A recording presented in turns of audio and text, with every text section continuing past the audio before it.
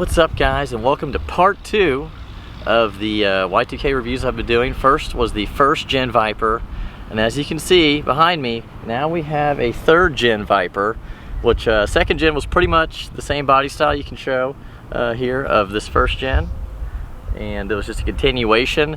And then the third gen was basically a completely new car.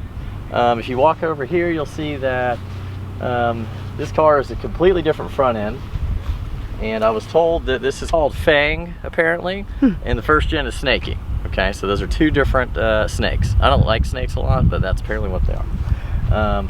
This car actually has an 8.3 liter V10, and it's 500 horsepower, so it's 100 horsepower more than the first gen Viper. And it did 0 to 60 in 4 seconds. Top speed was 190, and it ran the quarter in 12.4 at 116 miles an hour. So a lot faster. And this car achieved the magic 500 torque, 500 horsepower number that Dodge originally had intended, I believe, for the Viper. So this was a big deal for Dodge in their engineering. As you can see, the wheels are much larger. I believe these are like 18s and 19s in the back. And the interior is, you know, very Chrysler. It's, you know, some of that, I think that stereo is actually in every, you know, Chrysler product they made, or Dodge. And but it's a very different car, a much newer car, and you know, it's kind of paved the way for the evolution of the Viper from the first generation. This is a 2003, so it's very much Y2K approved. Comment down below and let me know, you watched the first video, which Viper do you prefer better, the first gen or the 03? I'm going to tell you personally, looks wise, I prefer the first generation, and you'll see about my driving impressions if you watch both of these videos. So let's go out and drive the 03. I'm driving a 2003 Dodge Viper. Bald eagles are present and excited. Initial impressions are, compared to the first gen, it feels a little looser. It kind of moves around the road a little bit. It has air conditioning, which is a big bonus, I guess you could say, but not as much of a race car as probably the first gen. It does have ABS. It's got all the gauges that were up here are now vertically stacked. It's got a push to start, but you still use a key. The power and the sound is a lot different. It's got a lot more power, and this car actually uses a crossover X pipe, so you actually hear a real 10-cylinder engine on the first gen. You'll notice it sounds a little different. That's because you're really only hearing half the bank of each cylinder, so you're really hearing a 5-cylinder 4-liter engine in the first gen, because they didn't do the crossover. It's completely separate on those banks. But it's a very civilized car. It's got nice big tall gears, so on the interstate you're probably getting decent gas mileage. You can drive cross country in this thing no problem, and you know, be comfortable.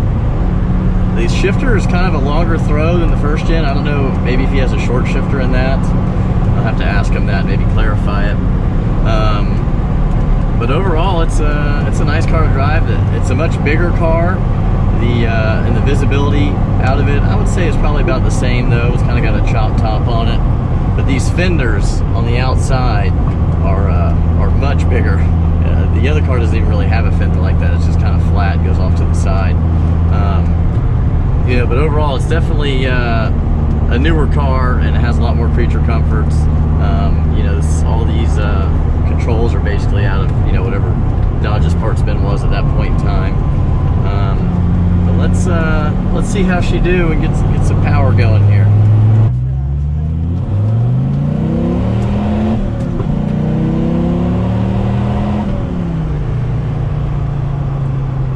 Well, it's not slow. Pulls very strong in each gear. I would say the torque is the dominating force in the drivetrain. It just has infinite torque at any RPM.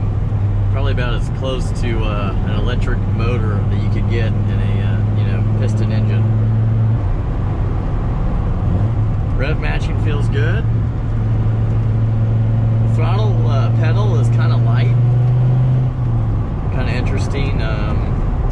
Clutch is pretty light too. Even the first gen clutch was pretty light.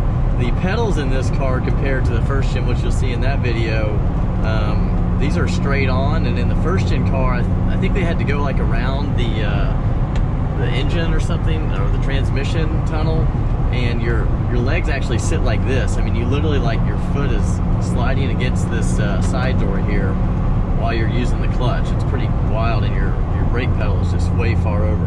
These are still a little bit offset, but not near as bad as the first gen. So that part they definitely improved on.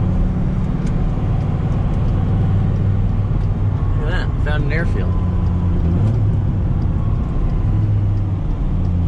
I will say this car sounds a lot better than the original.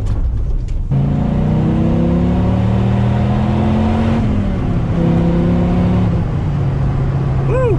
Some strong power. I think second gear might be good for at least 9 miles an hour. 9 miles an hour. Look at this little airport we got here. That's pretty cool. If we were at a Want to Go Fast event, then we could just take it down the runway and not have to worry about anything.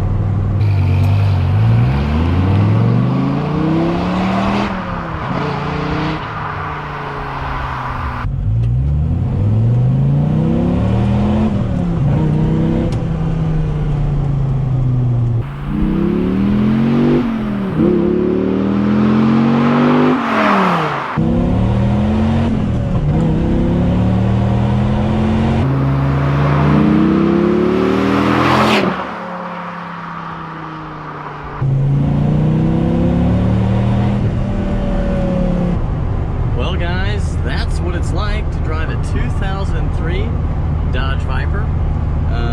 It's an amazing car. I think the first gen, historically for me, is probably the car I like the most, just from just because that's the car I remember.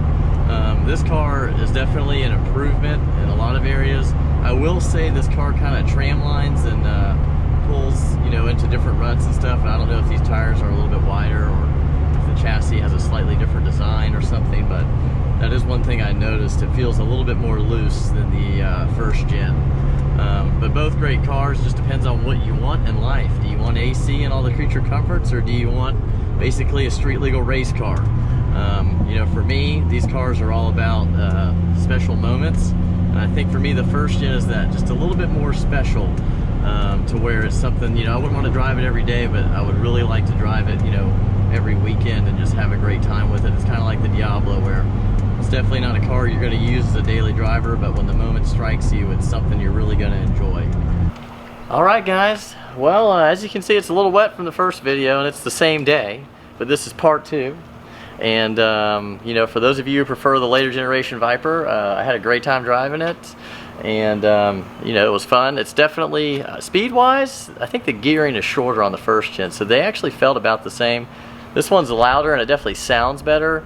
Feels a little more loose. The owner, Jep, said he's getting new tires, which you kind of remedy. It tram lines a lot, and my M3 does the same thing. But overall, it was a great car, and they did a good job on the third generation Viper. But for me, original 94 first gen is where it's at. Ronald McDonald one's pretty dope too, with the red and the yellow wheels. I like that. Nick Papagiorgio edition. But I had a great time driving this car. I hope you guys enjoyed seeing not one but 2 Vipers, and we got to compare 2 different generations, which was really fun.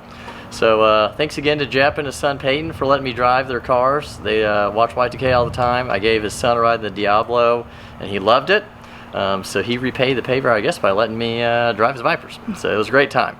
And if you like what you saw, like, share, subscribe, all that great stuff. See you next time.